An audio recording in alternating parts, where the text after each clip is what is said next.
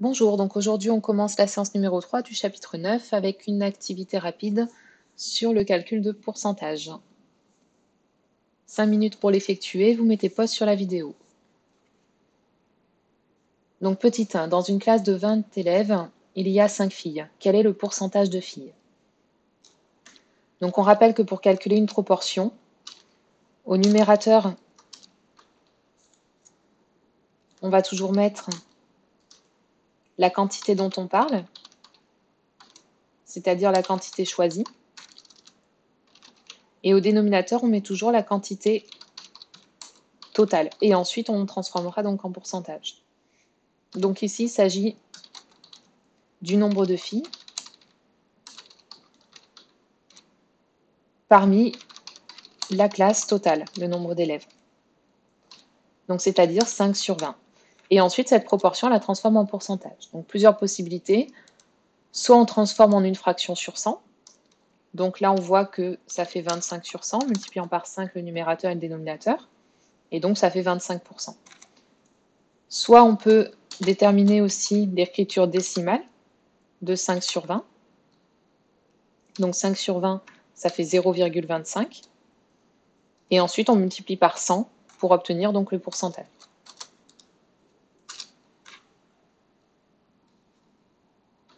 Donc conclusion, le pourcentage de filles dans la classe est de 25%. Petit 2, dans un collège de 400 élèves, il y a 40 latinistes. Quel est le pourcentage de latinistes? Donc même chose, la quantité choisie sur la quantité totale. Donc ici on parle des latinistes, 40, sur un total de 400 élèves. Donc on peut simplifier ici la fraction par 4. Donc 40 divisé par 4, ça fait 10, et 400 divisé par 4, ça fait 100, et on obtient 10 sur 100. Et donc il y a 10% de latinistes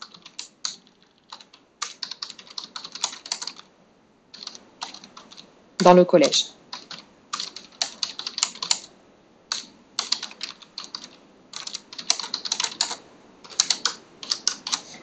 Donc 5 points pour chaque question, une note sur 10. Attention à bien détailler le calcul et à donner la réponse sous forme de pourcentage. Et on passe donc on va travailler donc aujourd'hui sur des exercices concernant les augmentations et les réductions qu'on a vues donc la dernière fois. Donc on va commencer par corriger l'exercice numéro 3 et ensuite on fera ensemble le 4, le 5 et le 6. Donc petit 1, ici donc on a un objet à 132 € qui subit donc une baisse, une réduction de 25%. Quel est son nouveau prix? Donc on rappelle les propriétés que l'on a vues la dernière fois. Quand on veut effectuer une augmentation ou une diminution selon un pourcentage, on a la propriété donc suivante. Donc ici, on est dans le cas d'une diminution.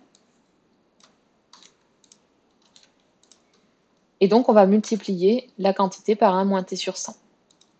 Donc ici, on diminue le prix de 25%. Donc, on paye 75% du prix. Donc, on multiplie le prix de départ par 1 moins 25 sur 100, qui est égal donc à 75 sur 100, 75% du prix de départ. Donc, on va calculer 1 moins 25 sur 100 fois la quantité de départ, donc qui est 132, le prix de départ. Donc 75 sur 100 fois 132. Et on obtient donc 99. Et donc conclusion, le nouveau prix est de 99 €. Donc si vous avez eu des difficultés dans cet exercice, n'hésitez pas à revisionner donc la vidéo explicative sur la partie leçon de la diminution d'une quantité de t%. Pour le petit 2, on a cette fois donc une augmentation. Donc cette fois, on va multiplier le prix par 1 plus t sur 100, on rajoute le pourcentage au 100% de départ. Donc on augmente de 15%. Donc on va payer 115% du prix initial. Les 100% de départ plus les 15%. Donc on multiplie le prix de départ par 1 plus les 15%, c'est-à-dire 115%. Donc on effectue le calcul suivant, 1 plus 15 sur 100 fois le prix de départ, qui était donc de 220 €. Donc on obtient 115 sur 100 fois les 220 €. Et on obtient, donc en détaillant le calcul ou à la calculatrice, on obtient donc 253 €. Et donc conclusion, le montant de sa prochaine facture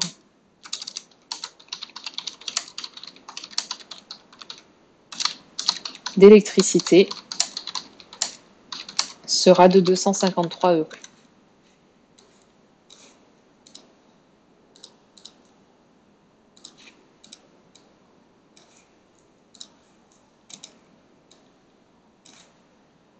Et on passe ensemble donc à l'exercice numéro 4. Donc cet exercice, vous pouvez le faire donc à l'aide de la calculatrice, mais aussi au tableur. Donc n'hésitez pas à ouvrir en parallèle un logiciel, donc le logiciel LibreOffice Calc, ouvrir donc un fichier tableur, recopier donc le tableau suivant, et essayer de déterminer une formule qui va être en fait la même pour chaque colonne. Le calcul pour calculer donc 15% de réduction sur tous les articles, pour appliquer cette réduction et obtenir le prix final. Le calcul va être en fait similaire, quel que soit le prix de départ. Donc vous pouvez mettre pause sur la vidéo et faire l'exercice numéro 4. Donc ici, on va diminuer chaque prix de 15%. Cela revient donc à multiplier le prix de départ par 1 moins les 15%.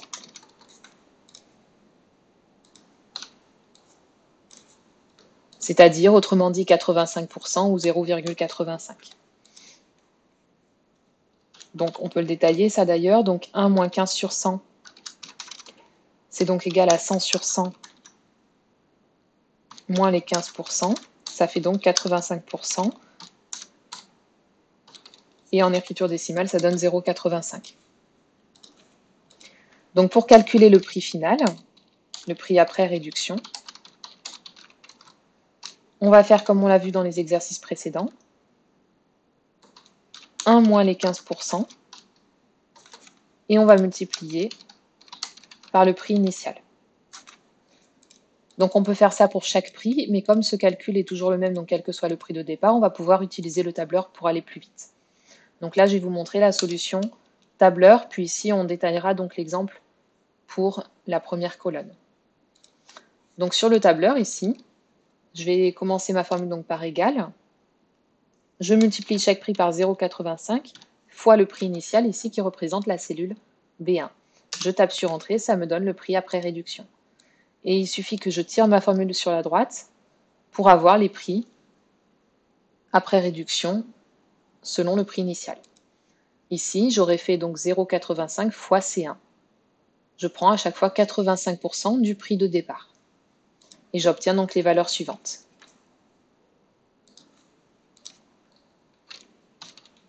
Donc on obtient 85, 17, 35,70 € et 48,45 €. Donc si on détaille le calcul, donc pour calculer le prix, on va faire 1 moins les 15%, donc fois 100 par exemple, fois le prix initial, donc 100, égale, et on calcule. Donc ça fait 85 sur 100, pardon, fois 100, et on obtient donc pour le premier, par exemple, 85. Et on effectue à chaque fois ce calcul, quel que soit le prix initial.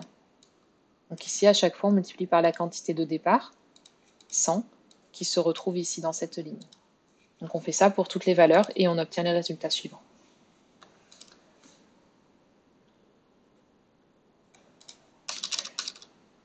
Et on passe ensuite donc à l'exercice numéro 5.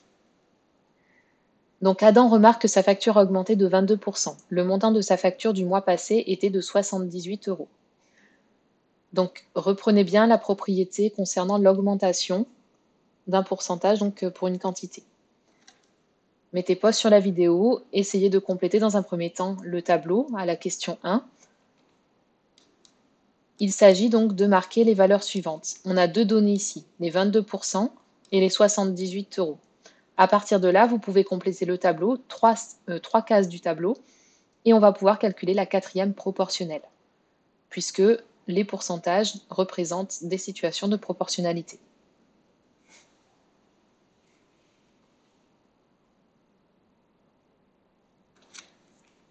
Donc on sait que sa facture va augmenter de 22%, c'est-à-dire qu'elle va augmenter de 22 € pour 100 €.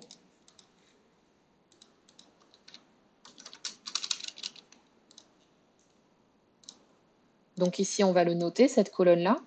Donc cette colonne-là représente l'information de départ.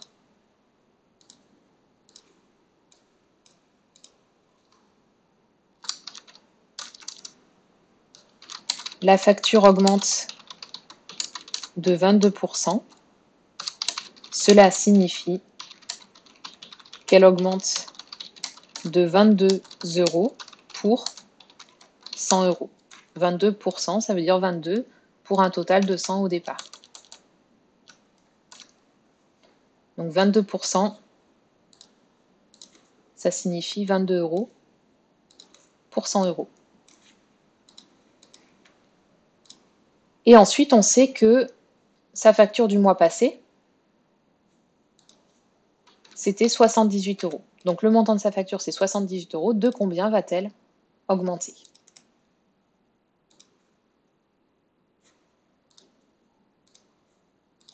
Maintenant que vous avez le tableau de proportionnalité, je vous laisse compléter en utilisant le quotient de proportionnalité ou le produit en croix, etc., qu'on a déjà vu dans un chapitre précédent.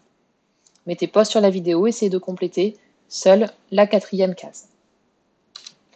Donc on peut ici utiliser par exemple le produit en croix, donc on va noter X, l'augmentation pour une facture de 78 €. Donc les produits en croix donc, sont égaux, puisqu'on a un tableau, comme c'est indiqué ici, de proportionnalité. Donc X fois 100 est égal à 22 fois 78. Et puis on calcule. Donc on a X fois 100, qu'on ne peut pas calculer puisqu'on cherche X, c'est égal à 78, donc fois 22. Et on obtient donc 1716. Et ensuite on divise donc par 100. 1716 divisé par 100. Et on obtient X égale à 17,16.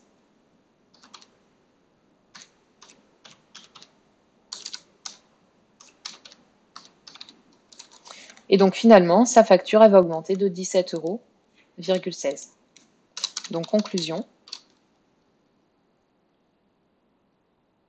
le montant de l'augmentation est de 17,16 €. Et on va pouvoir en déduire donc le montant total de sa facture le mois prochain.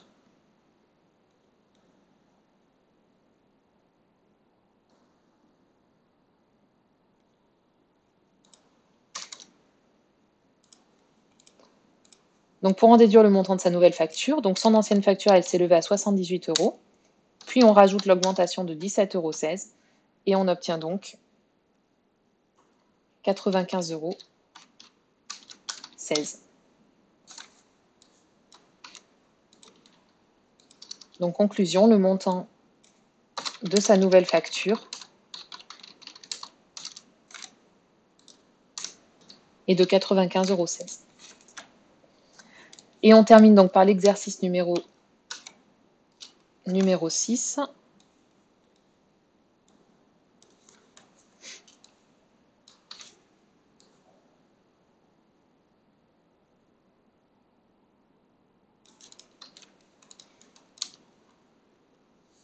Donc n'hésitez pas à mettre pause sur la vidéo et faites dans un premier temps donc l'exercice seul. Donc une paire de chaussures coûte 129 €. Petit 1, quand arrivent les soldes, une réduction de 30 % est affichée. Quel est son nouveau prix? Donc ici, on va utiliser la propriété sur la réduction. Vous mettez pause sur la vidéo et vous effectuez donc la question 1.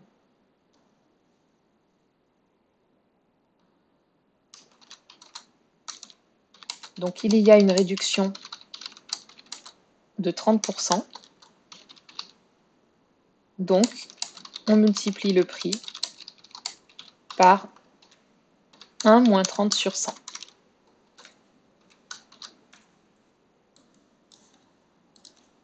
Mettez pause sur la vidéo et effectuez donc ce calcul. Donc le prix de départ c'est 129. Et donc 129, on le multiplie par 1 moins 30 sur 100. Donc 1 moins 30 %, c'est 70 %. Donc on va calculer 70 % du prix de départ. Ça, c'est ce qu'on va payer. Il y a une réduction de 30 %, donc on paye 70 % du prix. Donc 70 % fois le prix. Vous mettez pause sur la vidéo et je vous laisse effectuer donc ce calcul.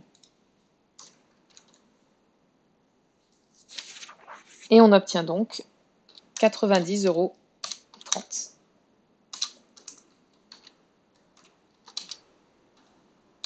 Et donc, conclusion, le nouveau prix est de 90,30 €.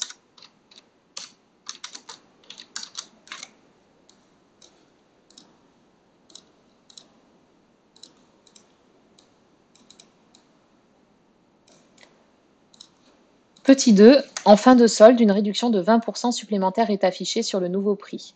Quel est le prix de cette paire de chaussures en fin de solde? Donc là, on va faire exactement la même chose que dans la question 1, sauf que c'est 20 % sur le nouveau prix. Donc c'est 20 % sur le nouveau prix. Donc pas 20 % des 129, mais 20 % de ce qu'on vient de trouver. Donc à l'aide d'une multiplication, essayez de trouver le calcul à effectuer. Donc vous mettez pause sur la vidéo et vous effectuez la question 2. Donc ici, on a une réduction de 20 % du nouveau prix. Donc c'est-à-dire 20 % de 90,30 €. Comment on peut traduire donc à l'aide d'une opération ce calcul? 20 % de 90,30 €. Donc ça, c'est la réduction. Donc pour diminuer un prix de 20 %, on le multiplie par 1 moins 20 sur 100. Alors on ne va pas calculer la réduction, 20 % de 90,30 €, mais on va calculer directement 80 % de 90,30 €. C'est ce qu'on va payer. Donc on va directement calculer ce qu'on va payer, c'est-à-dire les 80 % qui restent. Donc vous mettez pause sur la vidéo et vous calculez donc 80 % du nouveau prix. Ça va être le prix final. Donc on multiplie le prix par 1 moins 20 sur 100. Donc le prix c'est 90,30 €, c'est-à-dire 80 % donc du prix. Et donc on obtient 72,24 €. Donc finalement, en fin de solde, donc elle coûtait au départ la paire de chaussures 129 €, et en fin de solde,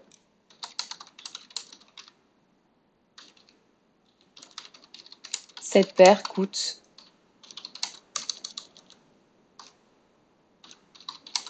72,24 €. Alors maintenant, on va s'intéresser en fait donc à la réduction totale finalement qu'il y a eu donc sur l'ensemble des soldes. Elle est passée, cette paire de chaussures, de 129 € à 72,24 €. On a fait d'abord une réduction de 30%, on est arrivé au prix de 90,30 €, puis on a fait de nouveau une nouvelle réduction de 20% et on est arrivé à 72,24 €. Quelle est finalement la réduction totale de ces deux réductions successives? De combien de pourcents on a diminué le prix de départ? Alors attention, ce n'est pas 50%, comme ça en a l'air. Parce qu'on a pris ici 30% de 129, alors qu'ici on a pris 20%, mais que de 90,30 €. Donc comment on va pouvoir déterminer ce pourcentage? Vous mettez pause sur la vidéo et vous effectuez donc la question 3. Donc pour calculer le pourcentage de réduction, on va regarder déjà de combien elle a réduit. Quelle a été la réduction du prix de cette paire de chaussures. Donc calculer la réduction qu'on a eue en euros par rapport au prix de départ 129 €. Vous mettez pause sur la vidéo et vous calculez en euros la réduction qu'on a eue. Donc elle coûtait au départ 129 €, puis finalement on l'a payé 72,24 €. Donc on fait 129 moins 72,24. Donc ça fait 56,76. Donc finalement, il y a eu une réduction de 56,76 € sur les 129 € de départ. Et donc ça, il faut l'exprimer en pourcentage. On l'exprime d'abord sous forme de fraction pour ensuite déduire le pourcentage que cela représente. Mettez pause sur la vidéo, essayez de traduire donc cette phrase en fraction puis en pourcentage.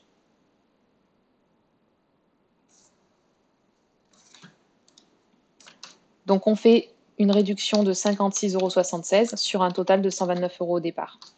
Et on obtient donc à la calculatrice 0,44, ce qui représente 44%. Donc finalement,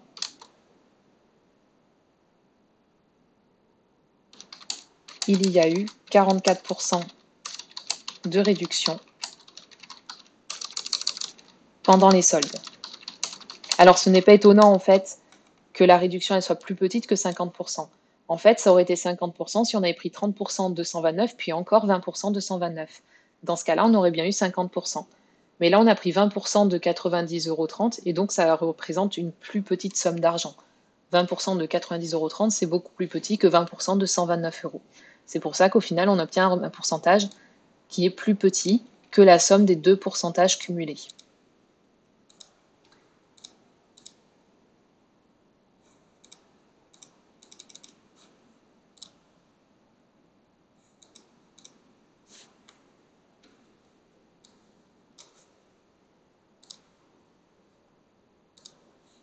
Et donc pour terminer,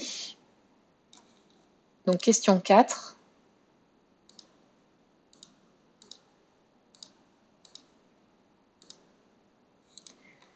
Le lendemain des soldes, j'aperçois de nouveau cette paire de chaussures au prix de 89 €. Quel a réellement été le pourcentage, il y a une faute d'orthographe, pardon, donc quel a réellement été le pourcentage de réduction durant les soldes? En fait, souvent, dans les magasins, vous devez savoir que les prix sont gonflés avant pour faire penser que les réductions lors des soldes sont très fortes et donc que le prix final est intéressant. Mais en fait, le prix hors solde est souvent inférieur au prix affiché pendant les soldes. Et c'est ce que j'ai remarqué donc en faisant les boutiques juste après les soldes, où j'ai revu cette paire de chaussures donc à 89 € au lieu des 129 affichés pendant les soldes. Donc finalement, on l'a quand même payé moins cher pendant les soldes qu'en temps normal, mais on n'a pas eu une réduction de 44%. Donc déterminer cette réduction que l'on a eue, sachant qu'on a payé donc 72,24 € sur un réel prix de départ de 89 €. Vous mettez pause sur la vidéo et vous effectuez donc la question 4. Donc on a payé finalement 72 €. On a payé finalement donc 72,24 € au lieu de 89. Donc finalement, on a une réduction de 16,76 €. Donc à partir de là, déterminer le pourcentage que cela représente.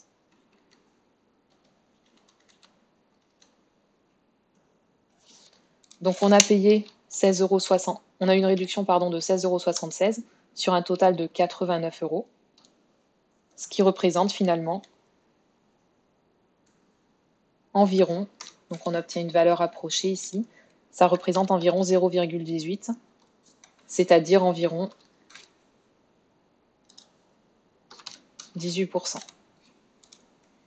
Donc en réalité, par rapport au prix réel qu'il y a hors solde, on n'a eu que 18% de réduction, alors que les affichages nous font penser qu'on a eu une réduction de 44%. Donc finalement, le pourcentage réel de réduction est d'environ 18%.